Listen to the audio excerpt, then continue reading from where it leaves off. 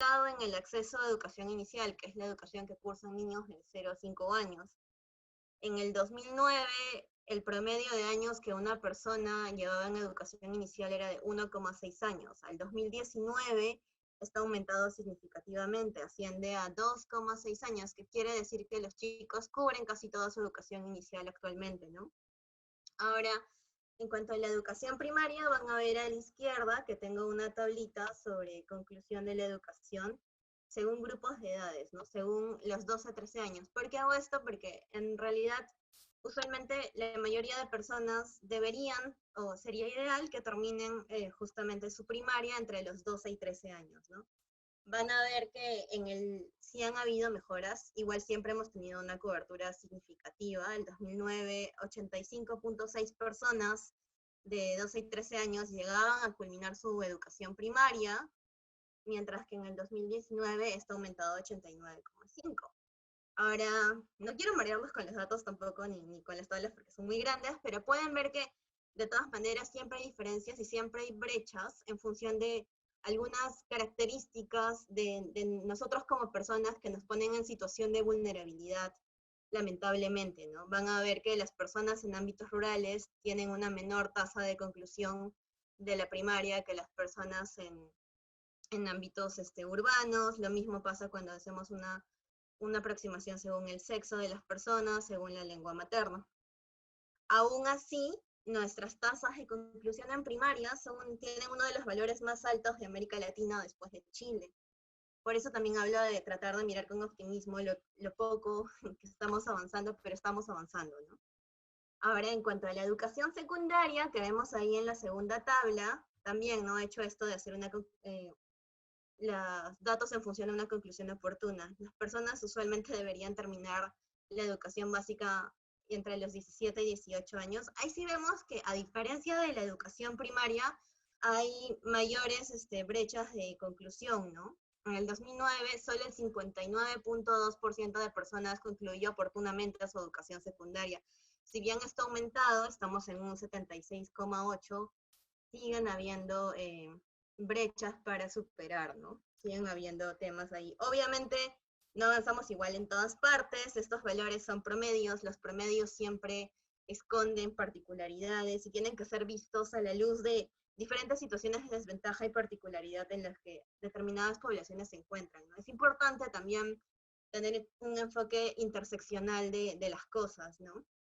Una persona no es solo mujer o está en un ámbito rural, estas características tienden a encontrarse. Por eso me pareció también importante mostrarles estos gráficos, ¿no? Y justamente vuelvo a esta idea de que los promedios esconden brechas, ¿no? Vamos a ver que en el gráfico de la izquierda, una mujer en un ámbito, que vive en un ámbito urbano y no se encuentra en condición de pobreza, tiene mucha más probabilidad de concluir su secundaria a la edad que le correspondería, ¿no? 85,9% de tasa de conclusión, a diferencia que una mujer en un ámbito rural en situación de pobreza extrema y no extrema, ¿no? Y esto varía, eso no lo podemos ver en la tabla que les mostré antes, que son las tablas usualmente que se manejan en el sector, sino es un trabajo que tenemos que hacer más fino de tratar de encontrar esas brechas, ¿no? Siempre hay brechas a veces que aumentan conforme determinadas características se van sumando. Lo mismo sucede con los hombres. Un hombre con un contexto urbano tiene mayor tasa de conclusión, ¿no? Ahí tengo un error, un typo, de conclusión de la secundaria, que también un hombre en situación de pobreza extrema y no extrema en ámbitos rurales, ¿no? Y las cifras siempre son desalentadoras en esos ámbitos, como pueden ver, ¿no? La mitad de chicos termina a tiempo su secundaria a la edad que debería. Y eso que, por ejemplo, en estos gráficos no estamos tomando en cuenta además otras variables, ¿no? Como lengua materna originaria o incluso si pusiéramos otras variables de género. Ahora, en cuanto a educación superior, y ese es un tema que hay que siempre discutirlo con cautela, ¿no? O sea, según nuestra Constitución, según la Ley General de Educación, la educación básica es la etapa obligatoria. No todas las personas tienen por qué continuar con la educación superior. Hay diferentes caminos, diferentes opciones de vida para todos. Sin embargo, es igual de importante prestarle atención porque justamente como han estado mencionando durante el proceso de de inauguración, el mundo cambia cada vez más, ¿no? Y en muchas veces y en muchos contextos, según nuestros proyectos de vida, acceder a la educación superior es importante. Otro punto para aclarar también que me parece sustantivo en este momento es que la educación superior no es solo la educación universitaria, ¿no? Están las universidades, están los institutos, están las escuelas pedagógicas, escuelas de arte, todas opciones válidas e importantes para continuar con nuestras experiencias educativas.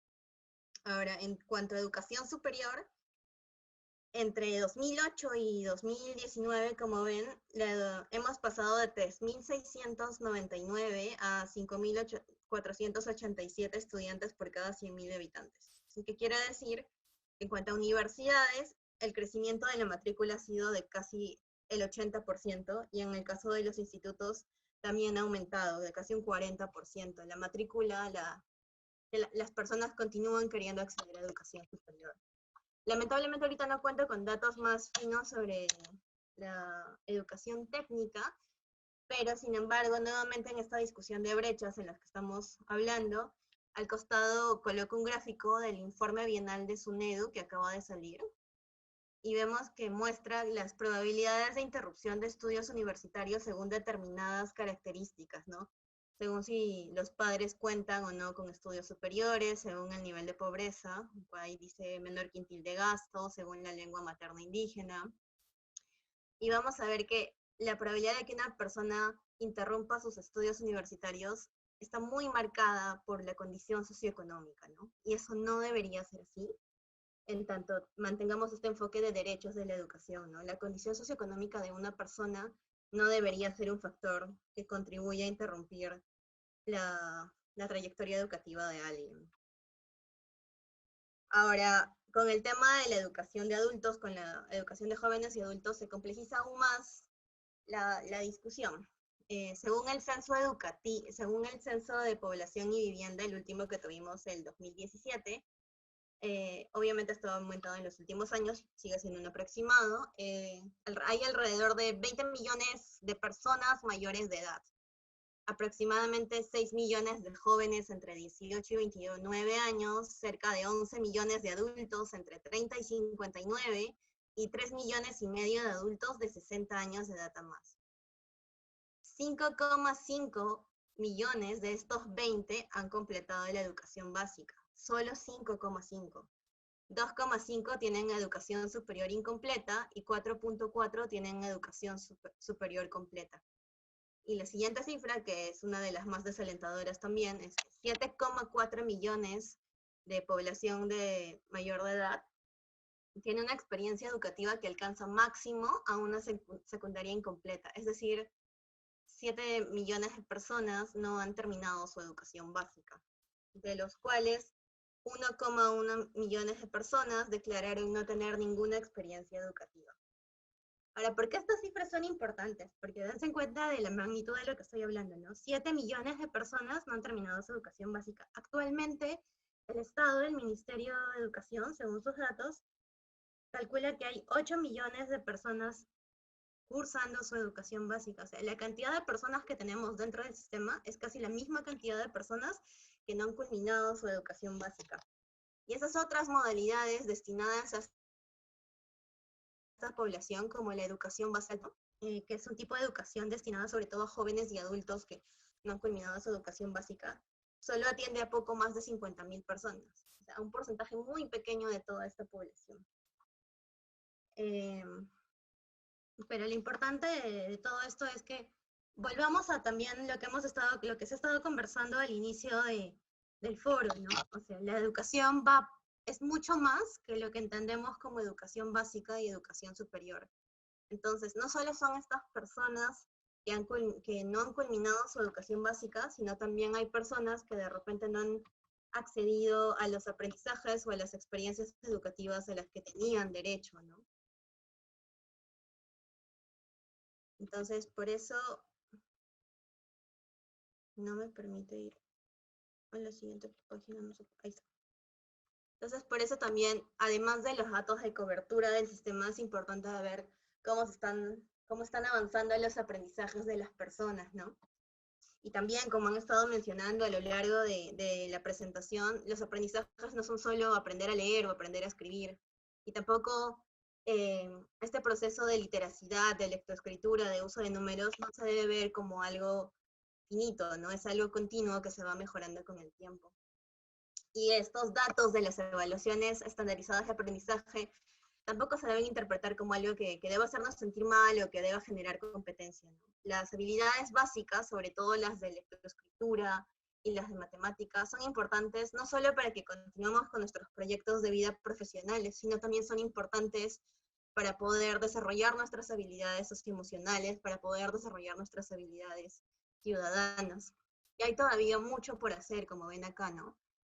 Según las evaluaciones censales de estudiantes de 2018, solo 30,7% de personas, de chicos de cuarto grado de primaria, lograba el nivel, los objetivos de aprendizaje esperados en estas pruebas en matemática. Solo el 34,8% de chicos lo lograban en el caso de lectura. Y esto se va reduciendo conforme los chicos crecen, ¿no? Y lo bueno de estas evaluaciones es que en el caso de secundaria no solo miden matemática y lectura, como pueden ver en la tabla de arriba que les pongo, también miden habilidades vinculadas a la ciencia y tecnología, a las ciencias sociales, y aún así los porcentajes son bajos, ¿no? Y nuevamente, eh, volviendo a discutir cómo estas condiciones de desigualdad, como no todos avanzamos igual en todas partes, vemos que igual siguen habiendo variaciones entre hombres y mujeres, entre personas en ámbitos rurales y ámbitos urbanos. Hay mucho por hacer, ¿no? Más aún cuando vemos el cuadrito de abajo, cuarto de primaria de educación intercultural bilingüe, los porcentajes también son mucho más pequeños, ¿no? Para personas hablantes de lenguas originarias, de lectura en su lengua originaria. Y nuevamente, yo sí siento que es importante también porque a veces los medios de comunicación o la forma en la que leemos estas evaluaciones tiende a ser como de culpa, ¿no? O de que no logramos lo que deberíamos lograr, pero es también porque muchas veces no tenemos las condiciones para, ¿no? La población hablante de lengua originaria no necesariamente tiene todos los recursos como la mayoría de personas hablantes cuya lengua materna es el castellano, de acceder a, más allá de la escuela, de materiales de lectura, oportunidades de aprendizaje en su lengua originaria, ¿no? Obviamente eso también permea qué tanto pueden lograr los aprendizajes esperados en estas pruebas. Y ahora en esta lógica también de que los aprendizajes son integrales, de que también van más allá de las habilidades básicas de lectoescritura y de matemática, vemos el cuadro de la derecha. En el Perú no se suelen hacer muchas evaluaciones de ciudadanía a gente joven. De hecho, el Estudio Internacional de Cívica y Ciudadanía X, conducido en 2016, ha sido uno de los más recientes. Me parece que se llevó a cabo uno en 2019, se iba a llevar a cabo, pero todavía no se lleva. Pueden ver también que ahí hay bastantes brechas, ¿no? Y no se logra el porcentaje de chicos de segundo de secundaria que logra el nivel de desempeño esperado en conocimientos cívicos es también bastante reducido, es menos del 10%, es un 8,8%.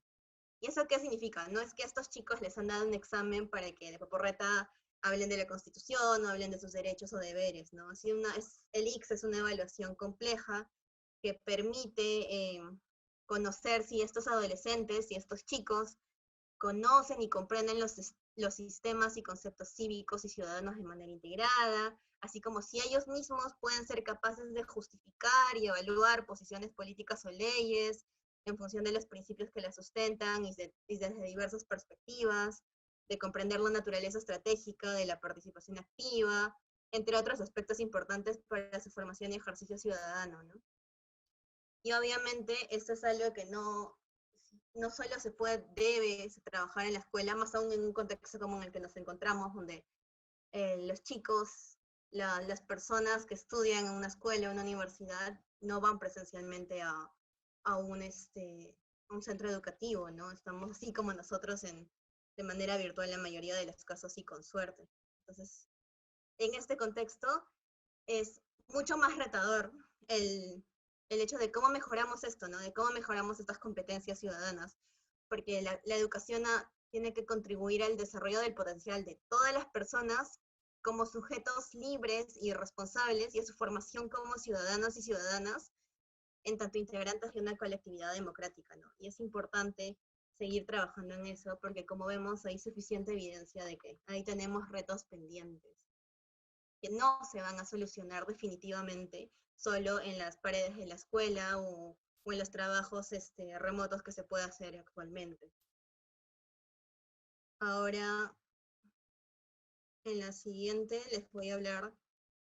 Y bueno, ahora que les he mostrado justamente esto de las evaluaciones estandarizadas de aprendizaje, ustedes deben haber visto en muchos casos que se habla de PISA y del lugar que ocupa el Perú en PISA, o también de repente conocen sobre los resultados de las evaluaciones censales. Y estas cosas siempre hay que tomarlas con cuidado, de nuevo, como les estaba diciendo hace un rato, ¿no? No debe ser no debe conducir a la competencia, pero estas pruebas, PISA, la evaluación censal de estudiantes, si bien son herramientas técnicas, pero también con agendas específicas, permiten medir algo muy importante, que es la segregación escolar. Y para lograr igualdad de oportunidades de aprendizaje, es importante superar la segregación escolar, la segregación en las instituciones educativas. Y la segregación escolar tiene dos dimensiones. Por un lado, se refiere a la distribución desigual de los estudiantes en las escuelas en función de características personales, culturales y sociales. Y por otro, se refiere a la probabilidad de que los estudiantes convivan con estudiantes de diferentes grupos. Y cuando hay segregación, esta probabilidad es menor, ¿no? O sea, en palabras un poco más simples, cuando hay mayor segregación escolar es cuando los estudiantes son todos iguales en un aula o en una escuela, ¿no? No están expuestos a la diferencia, a la diversidad, cuando eso más bien es una riqueza, es una fortaleza, no solo por una cuestión de convivencia democrática, sino también de aprendizaje. Como personas debemos estar expuestas a todo tipo de diferencias de nivel socioeconómico, de religión, de discapacidad, entre otras cosas, ¿no? Como pueden ver acá, yo he colocado dos ejemplos de índices para que veamos que hay evidencia de distintos ámbitos que da cuenta de cómo la escuela peruana precisamente tiende a ser segregada, ¿no? Mientras más se acerca uno, más segregada es, en los decimales que pueden ver ahí, y ven que, por ejemplo, Perú tiene un promedio de 0,6, de hecho es uno de los más altos de América Latina, ¿no? Notan esa ironía, tenemos tasas de conclusión súper altas y al mismo tiempo tenemos escuelas súper segregadas.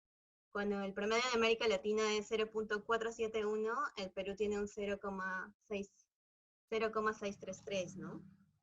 Y lo mismo sucede con otro tipo de índices que pueden ver a la derecha. Entonces, eso de qué da cuenta de que la escuela peruana tiende a ser segregada, es decir, no es un espacio de encuentro entre diferentes, sino que tiende justamente a fortalecer este sentido de gueto presente en la sociedad, ¿no? Y que une solo a los similares para distinguirlos de los distintos. Y esta segregación se puede asociar a distintos factores, como la condición socioeconómica, la nacionalidad, aún más discutiendo toda esta migración de personas de Venezuela que hemos tenido en los últimos años, a la etnicidad y las diferencias lingüísticas, la confesión religiosa, el género, y precisamente está asociada a los patrones de segmentación existentes a nivel social, porque la escuela los tiende a reproducir, ¿no? La escuela no existe en el aire, existe dentro de una sociedad con determinados patrones de segmentación, con determinados procesos de segregación, de discriminación, de reproducción de prejuicios. Y la segregación no es solo un problema relacionado con la cohesión social, ¿no? Es también un problema que afecta a los aprendizajes de las personas por la simple y sencilla razón también que el aprendizaje se nutre de las diversidades de la experiencia humana, ¿no? Entonces, así la segregación además tiene impactos negativos en los niveles de aprendizaje, especialmente para aquellos en posición de desventaja. Por eso cuando ustedes vean todos estos rankings o todos estos resultados de evaluaciones estandarizadas de aprendizaje, van a ver que la población en situación de desventaja precisamente es la que tiene a veces menores resultados, ¿no? Y eso es justamente consecuencia de estos procesos.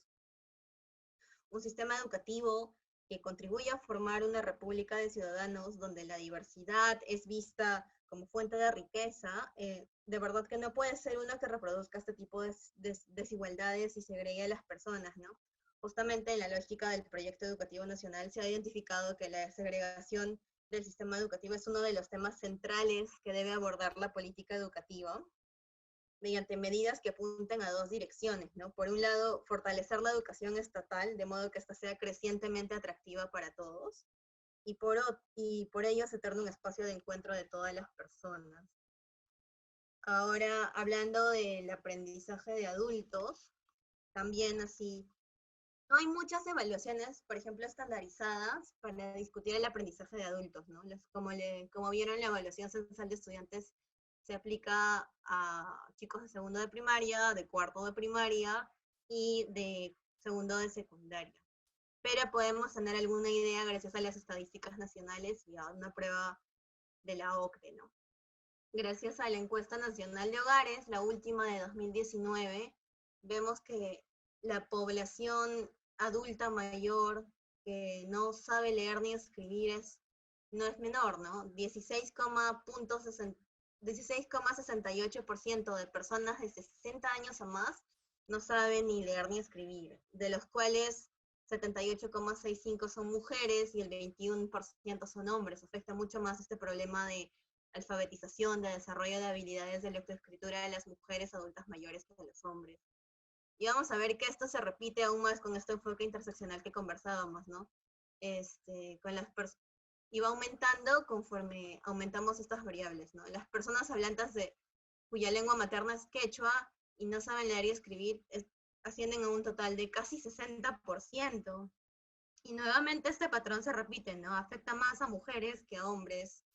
Lo mismo con personas hablantes de lengua aymara, de lengua materna aymara, con hablantes de otros tipos de lenguas originarias. Sigue siendo bastante desalentador el panorama y aún así hay bastante por hacer, ¿no?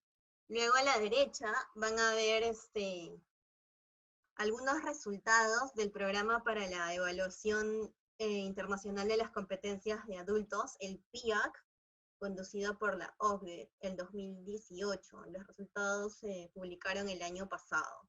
El PIAC se aplicó a personas entre 16 y 65 años. Y vamos a ver que los resultados también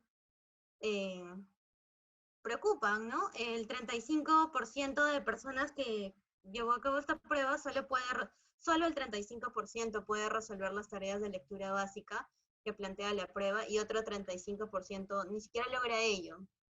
30% logra resolver las preguntas más básicas vinculadas al uso de números, y otro 35% no lo puede lograr, ¿no?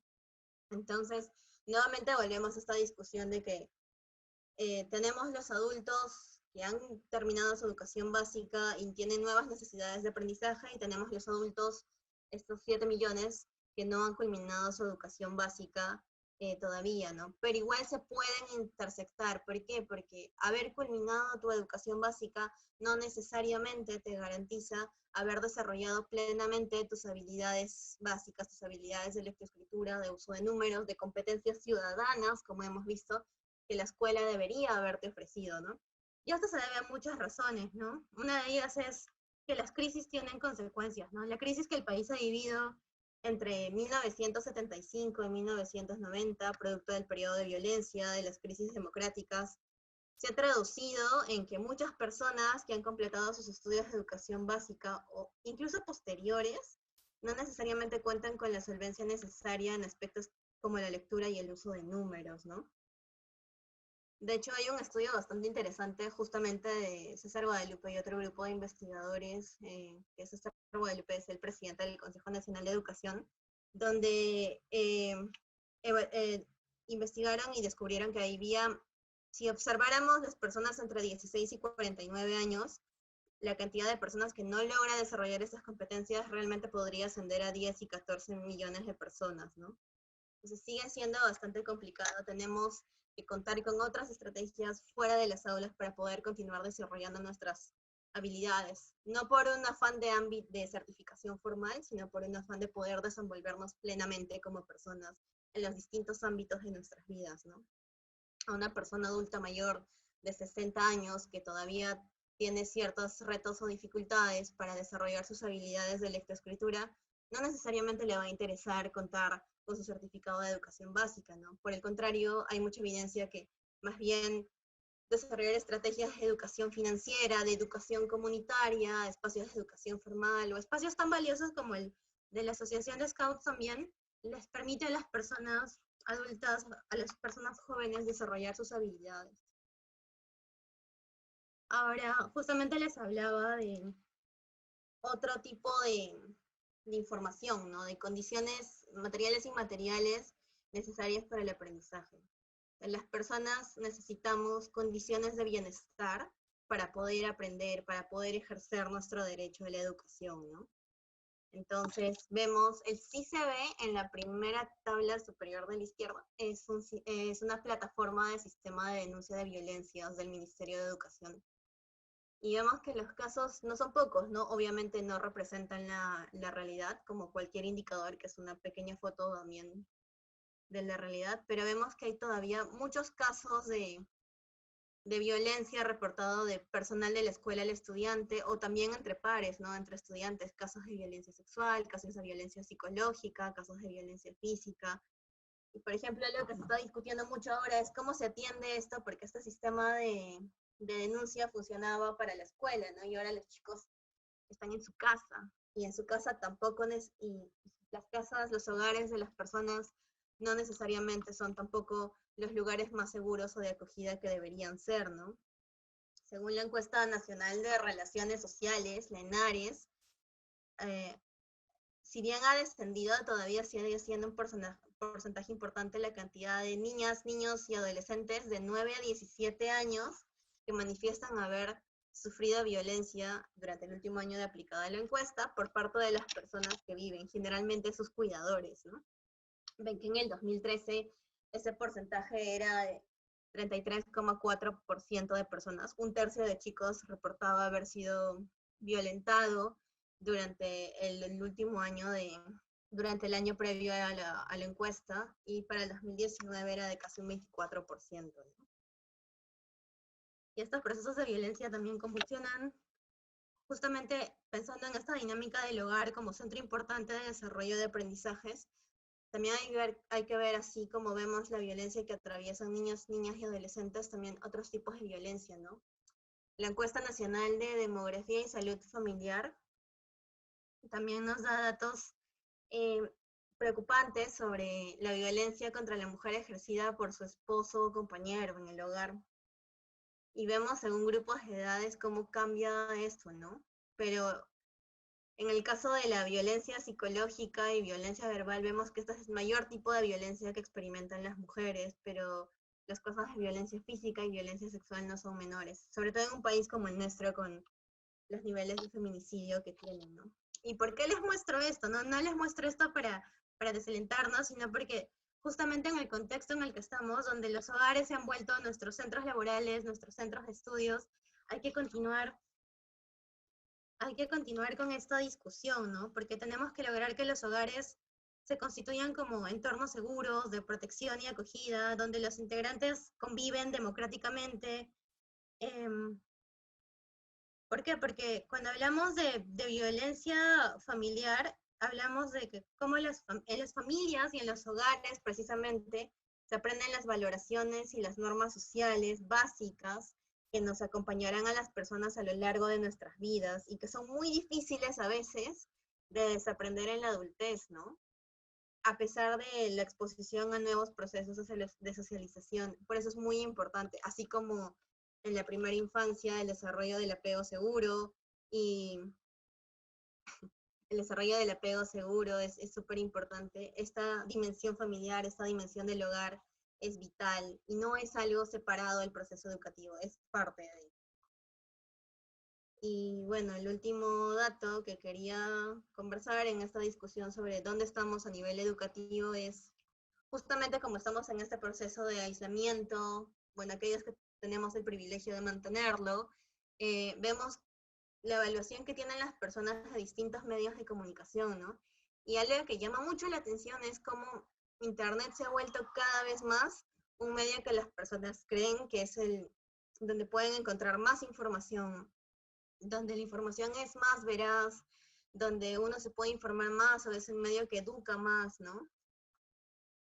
Y eso es algo que hay que tomar en cuenta. Y sin embargo, también hay que tomar en cuenta si todas las personas accedemos a los servicios básicos y accedemos a Internet, ¿no? Esta tabla de la derecha, en esta tabla de la derecha podemos ver el conjunto de servicios básicos, como el porcentaje de hogares que acceden a servicios básicos. Un detalle que hemos puesto acá, por ejemplo, no estamos hablando de agua a secas, no estamos hablando de agua potable con calidad bacteriológica segura, apta para el consumo humano, porque hay distintas fuentes de abastecimiento de agua, no todas ellas necesariamente seguras, ¿no? Y nosotros, por ejemplo, hemos dividido esta tabla y colocamos el Internet también como un servicio básico, porque lo es, ¿no? Ahorita no solo es un medio, no solo es un medio, sino también es el espacio donde nos desenvolvemos, donde aprendemos. Y vemos que lamentablemente son muy pocos los hogares en el Perú que cuentan con todos estos servicios. Muchos hogares que se encuentran en una situación de vulnerabilidad muy compleja, ¿no? Y bueno, esto es aún más complicado cuando lo pensamos en las escuelas, ¿no? Cerca del 30,8% de escuelas, solo el 30,8% de escuelas cuenta con todos estos servicios básicos. Ahora, de nuevo volvemos a que la educación, las escuelas no están en el aire, están en un contexto con determinadas vulnerabilidades, con determinadas desventajas. Entonces, en muchos casos, muchas escuelas también no cuentan con estos servicios básicos porque los centros poblados, los distritos donde se encuentran, tampoco pueden garantizar a todos sus ciudadanos estos servicios básicos, ¿no? Y estas siguen siendo condiciones materiales importantes para el desarrollo del aprendizaje de las personas y todavía tenemos largo por hacer ahí, ¿no? Entonces, no sé por qué sufro, aquí está. Entonces, ya para ir cerrando la presentación, hay varias cosas que concluir, ¿no? Por un lado, la imagen de cómo nos encontramos a nivel educativo, de qué debemos hacer es bastante compleja. Tenemos que evitar visiones catastrofistas porque estamos avanzando, no del ritmo al que quisiéramos, pero lo estamos haciendo. Mi jefe siempre dice, a veces se siente que no es suficiente porque todavía no estábamos ni siquiera en el primer piso, estábamos un poco en el sótano, pero seguimos avanzando.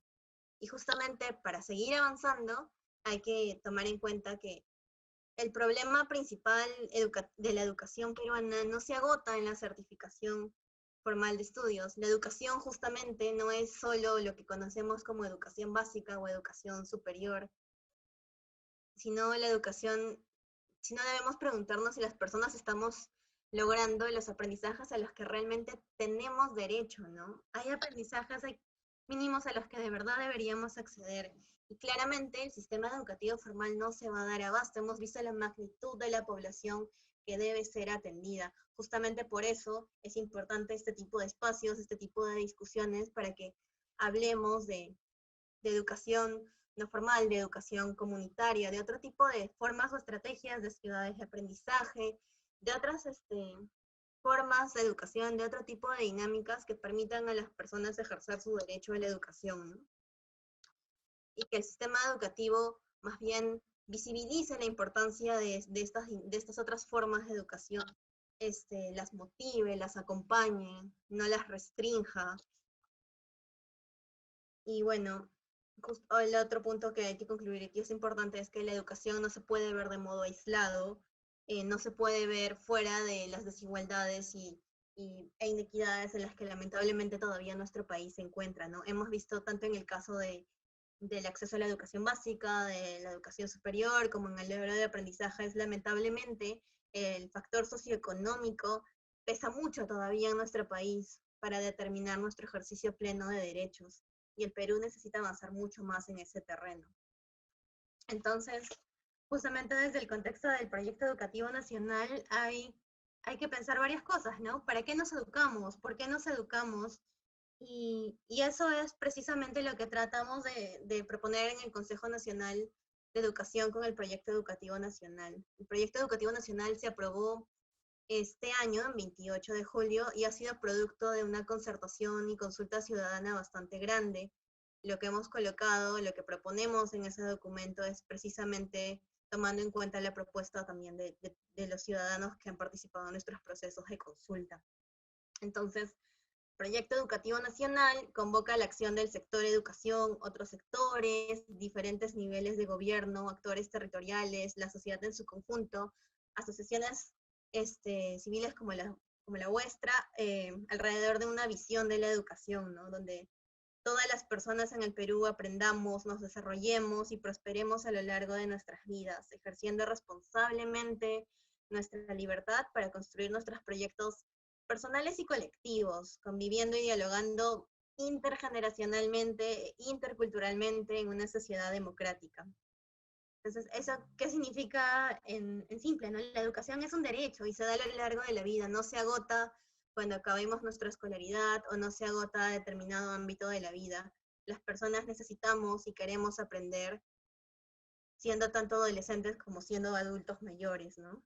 Por eso coloco ahí esto, ¿no? Tenemos que pensar en la educación no como los 10 millones de estudiantes que atiende el sistema, sino pensar en la educación como 30 millones de personas que no solo necesitan, sino quieren aprender. Y eso supone un esfuerzo masivo del país, que va más allá de los esfuerzos del sistema educativo formal, ¿no? Y brevemente, justamente por eso hay que tener a la persona en el centro de la acción educativa, no pensar en los procesos burocráticos primero, sino pensarlos posteriormente para facilitar este ejercicio pleno de derechos. Tener a la persona en el centro de la acción pública supone reconocer sus necesidades y que ellas cambian a lo largo de la vida, lo que le enseñan, aún si no hemos terminado la educación básica como adultos, lo que me enseñan a mí como adulto, que no he culminado mi educación básica, no tiene por qué seguir los mismos principios, las mismas dinámicas, y incluso no siempre los mismos contenidos que lo que recibe un estudiante, un adolescente en su escuela en la educación básica, ¿no? En su primaria o secundaria. Y bueno, justamente lo que propone el Proyecto Educativo Nacional es pensar estos propósitos de la educación, ¿no? Pensar la educación para nuestro ejercicio ciudadano, para nuestra vida ciudadana, para incluirnos, para lograr equidad, para lograr bienestar socioemocional. Algo muy importante que sucedió en la consulta ciudadana a la que llegamos, y que cerca de 250.000 personas participaron, fue la importancia del bienestar socioemocional, del soporte socioemocional, para justamente desarrollarnos plenamente como personas y atender estas necesidades educativas, ¿no? Y bueno, así como también necesitamos ese tipo de atención de bienestar emocional, igual también necesitamos ser productivos, poder trabajar, poder ingresar al mundo del trabajo con las habilidades necesarias que nos permitan adaptarnos constantemente, ¿no? Porque el mundo de hoy no es el mismo que hace 10 años, entonces lo importante también es contar con esas habilidades que nos permitan adaptarnos. Y bueno, justamente por eso en el proyecto le hablamos no solo al sistema, sino también a los actores, a las familias, a la sociedad. No solo hablamos de cierre de brechas y trayectorias, también hablamos de temas de financiamiento. Y bueno, yo quería cerrar reflexionando sobre esto, ¿no? O sea, la educación, para que la educación mejore, se necesita un compromiso sostenido en el tiempo. Puede ser el Proyecto Educativo Nacional, puede ser otro, no tenemos por qué ponerle nombre, pero se necesita un proyecto sostenido en el tiempo, una estrategia a largo plazo que haga que los esfuerzos se puedan sostener, se puedan continuar y podamos construir los pilares fundamentales de la educación que queremos, ¿no? Y esto es importante por múltiples razones, porque la educación justamente no es hacer una cosa puntual un día, es el desarrollo de cada uno de nosotros, de las personas, de nuestro potencial, y eso necesita un proceso de construcción para que se dé toda esta acumulación necesaria de experiencias que permitan avanzar hacia aspectos más complejos de la experiencia educativa, ¿no? Se pueden aprender muchas cosas puntuales por aquí, pero por aquí y por allá, pero se requiere un programa integral de las cosas, una comprensión más integral de qué es educarnos, ¿no? Y por eso se requiere una convicción profunda a nivel de los actores, no solo del sistema formal, no solo del Estado, sino una convicción profunda por parte de todos los actores de la sociedad para poder lograr esto, ¿no? La educación incluye cada vez de forma más marcada la actualización, la reconversión y el desarrollo de nuevos aprendizajes que nos permitan vivir con mayor autonomía, desenvolviéndonos mejor en lo laboral. Y cuando hablamos de desenvolvimiento laboral, eso también es importante entender que la formación para el trabajo no es la formación de trabajadores, ¿no? Sino es la formación de personas que tengan las habilidades para adaptarse al mundo del trabajo. Parece que estoy hablando de lo mismo, pero a veces no lo es, ¿no? A veces creemos que la formación para el trabajo es simplemente que nos formen para la empresa y la formación para el trabajo de alguna forma también es formación para la vida. Eh, y bueno, quería cerrar con eso, ¿no? La educación formal, no formal tiene muchas formas y es muy importante para el ejercicio pleno del derecho a la educación, ¿no? Podemos hablar de muchas formas, lamentablemente, y por eso este tipo de foros es muy importante, porque no es que hay una estrategia clara por parte del Estado, ni el Consejo mismo la tiene, de poder tener todo este mapa completo de iniciativas, de organizaciones que logran hacer esto, ¿no? No tendríamos por qué necesariamente, pero tampoco contamos con un panorama claro, y es importante tenerlo, ¿no? Hay muchas formas de educación no formal. La Asociación de Scouts del Perú es un espacio muy interesante para el desarrollo de experiencias educativas significativas para las personas. También hay procesos de educación comunitaria muy interesantes, sobre todo en ámbitos rurales. Hay toda una movida que está volviendo con más fuerza en los últimos años, llamada de ciudades educadoras o ciudades de aprendizaje, donde justamente se discute la importancia de educarnos en ámbitos urbanos a partir de distintas estrategias particulares. Entonces, es eso, ¿no? Eh, y estas estrategias son importantes, la educación no formal también es importante, porque incluye la valoración de diversos bagajes de aprendizajes, ¿no? Las personas tenemos distintos intereses y necesidades, y eso debe siempre ser comprendido no solo por la oferta de servicios formal, sino también por la distinta oferta y experiencias y oportunidades de educación no formal. Y bueno, con eso termino. Muchas gracias por escucharme, espero que haya sido útil la presentación.